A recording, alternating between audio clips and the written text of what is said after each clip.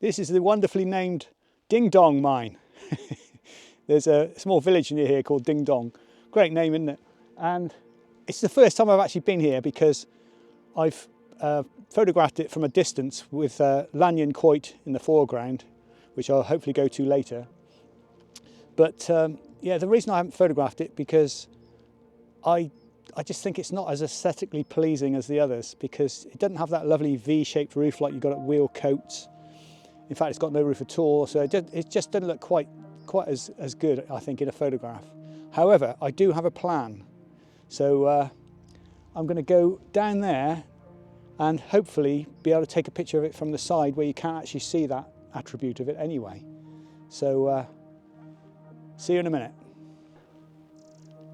My cunning plan didn't really work because I was going to go down this track and take a picture of it from the side, but the track leads off in the wrong direction. And over here it's just nothing but, well, brambles and bracken, and, well, it's about 3 or 4 foot high, so there's no way you can walk through that. So I'm going to have to take one from too close an angle, which I don't really like. So I'm placed in this situation now where I've got to use the widest setting on my camera, which is 20mm on this lens. And then I'm going to hope that that can be just far enough away so that I can take the image back into Photoshop and get rid of some of that distortion. So to help myself, I'm going to put the tripod up as high as it can possibly go, which obviously gives you less distortion, because if you're down on the ground and you point a wide angle lens up, the angles just become daft, don't they? And the tin mine starts looking like that, and the chimney's bending over backwards and all that nonsense, which I can't stand. So, tripod up to the highest place it will go and take it from there.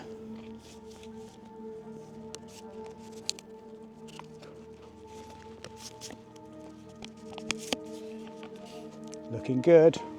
Right. I love having a bowl on the top of my tripod. It's absolutely brilliant, so you can just turn it around to any angle. Plus you still got the gears on the geared head as well. It's great. Flipping great. I should be getting paid by Leo Photo and Ben Rowe for all this work, shouldn't I? Right, camera on, glasses on, brain engaged. What could possibly go wrong? It looks terrible. Oh dear. I'm going to take it anyway and hope that I can do something about it in Photoshop.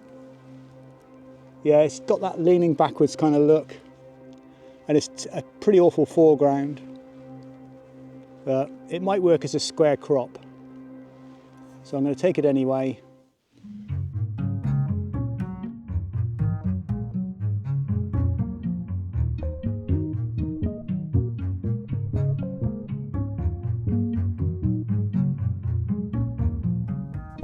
So the first day I've been out photographing this year, well, that's not quite true, because I came out yesterday but drove around for about 100 miles.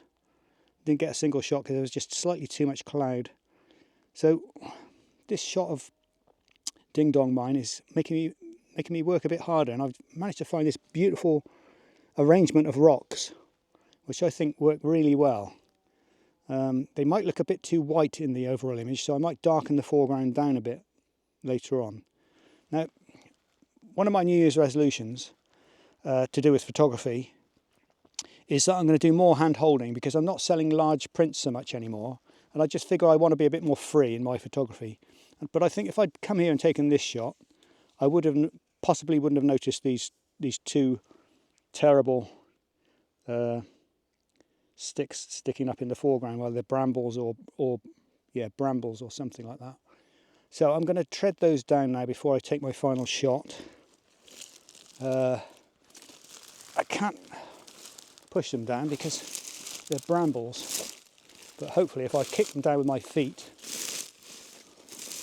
they're dying off anyway, it'll make for a more pleasing, clean foreground. I love clean foregrounds. And that's why I like a tripod, because you can spend ages getting the composition right.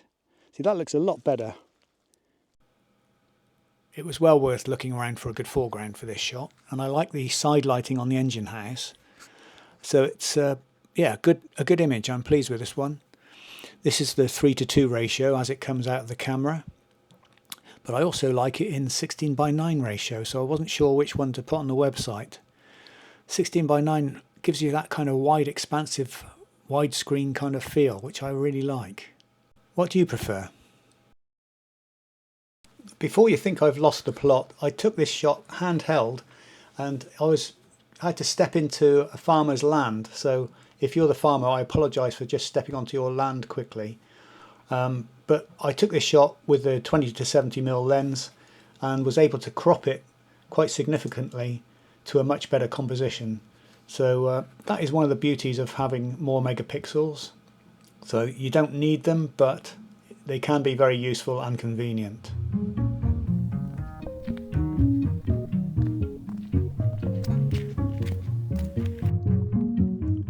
I've come to Lanyon Quoit, which is a megalithic, I hope that's right. It's a burial tomb anyway, and it's a wonderful standing stones with a massive capstone at the top. And yeah, I came here and parked here once.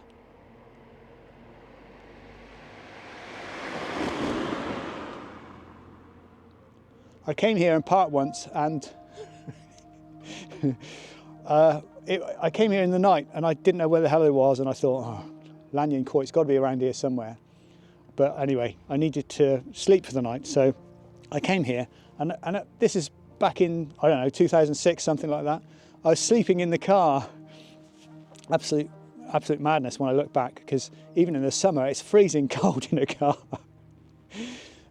Anyway, I dropped the car here, slept in the car, woke up the next morning, thought, right, now I've got to drive off and find Lanyon Quoit. Looked over the hedge and there it was. I was parked right next to it. Right, let's see if I can get a shot of it. Cheers, I got decaf coffee today for a change. Oh yeah, that is nice. This is my best shot of Lanyon Quoit so far, and I really like it because the fog was covering the sun, but the sun adds a little something to the extra to the image. And please note the low camera angle. If you know me, you know that I love low camera angles, and this shot has sold fairly well, although never to a calendar. I'm just waiting for some sun to hit it because there's some mottled clouds, and although there's a bit of blue in the background, I think it's mostly a kind of grey day sort of shot, but I think that suits the subject. And this is definitely the best angle because you need to see all three of the upright stones. Well, there's some people coming up now, so I think I'm going to just take one anyway and hope it works out. It looks pretty good. I think it's just about good enough for a calendar, so it may not make it to the website, but it'll probably go to one of my calendar people. Similar sort of angle to my best shot, quite down low so that you can see the nice shadow under the capstone.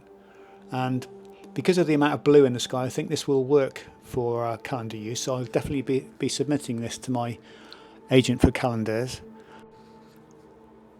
So this shot is a different kind of angle, and I quite like the idea of the foreground, and I used that foreground, those tall grasses, to hide a farm which is behind. So I think this shot might work, although I prefer the other angle. This shot has got nice blue sky behind, which in previous years I think I'd have cloned out those contrails caused by the jet planes, but I'm going for more truth in my images now, and I think it looks fine with them in. And in fact, it adds a bit of detail to the sky, so I'm going to try and go for more truth in my images from now on and not clone things like that out.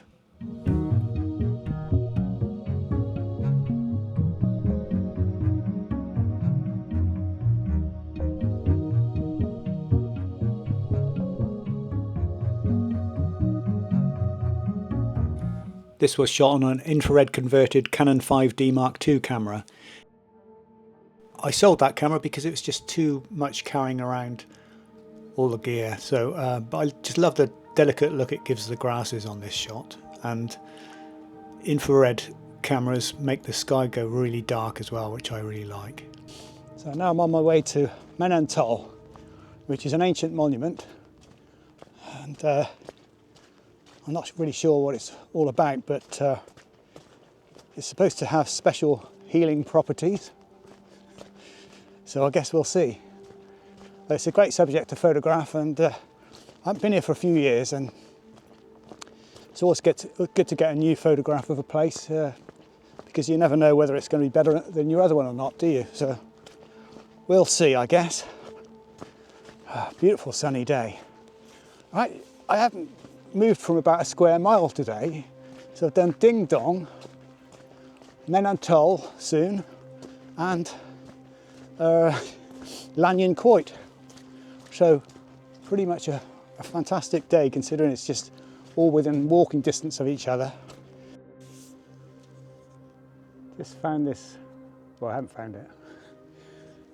Just come across this beautiful old farmhouse, and it's derelict, but it looks so gorgeous in this January sun. Unfortunately, it says private, keep out. I can't really see any good reason for that, but I presume they have animals here. And anyway, it's someone's property, which is a shame because I'd love to get close to it, but I'm going to try and get a shot anyway with my long lens. So the best thing I can do, I think, is from over there it looked really good because the house and the farm buildings were separated, but there was a big wall in the front. So I prefer this look now, whereby there's a lane. I'll show you what I mean. So there's a nice lane leading up to a house, which looks pretty good, I think. So I'm going to use that lane as a lead-in line. Classic landscape photography thing to do. Now, I think, therefore I am. The orange barn is quite distracting, so I'm not sure. Yeah, now I've zoomed in. The orange barn is distracting over to the right there, but perhaps not too much. So maybe if I go over like that and then show more of it. Actually, that's framed up quite nicely now. So now this is shooting at 200mm. So I'm going to do an automatic focus stack because I'd like everything pin sharp. There was me earlier on saying my New Year's resolution is I'm going to handheld more often, but oh dear. Old habits die hard. Okay, so let's get it into autofocus stacking mode.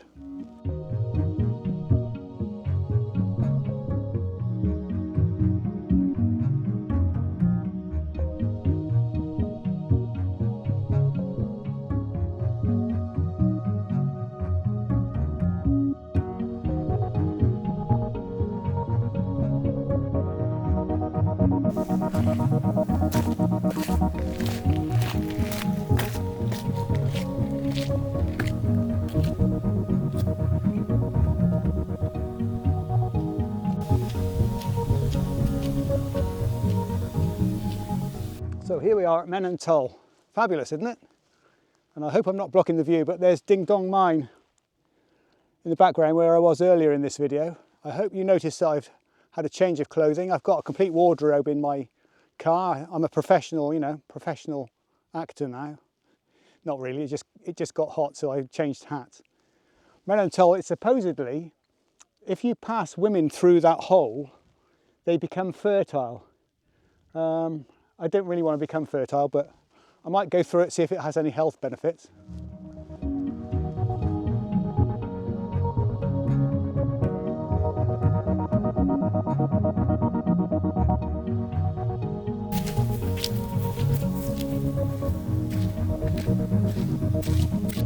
There's a big puddle here which you can't see. I've never tried to do this, but you know what a show off I am. Muddy.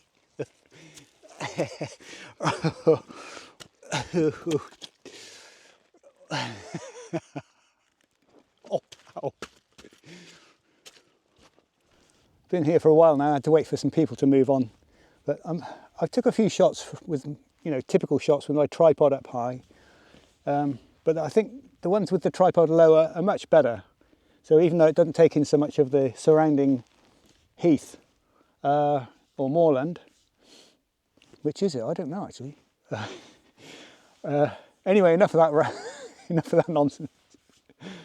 I'm just trying to get a shot now, which has got the main hoop of Men-an-Tol in with Ding Dong Mine in the distance. So it's a bit of a weird shot because it's definitely going to be heavily emphasised on the left-hand side of the frame. Actually, I know what I'll do. I'll do a square crop because I supply images to some square calendars, so I should be thinking this way anyway. I'm not sure if they'll want it if it doesn't include the two end stones, but anyway, I'll take it and see. 2-second timer. Excellent. Don't think there's a lot more I can do here. I might try one with 16:9 ratio. So I'll quickly put it into movie mode so I can visualise the 16:9 and see if I can get all the stones in. Well, I can, but it does make Ding Dong Mine look extremely small. Well, I'm going to show you whether it's rubbish or not.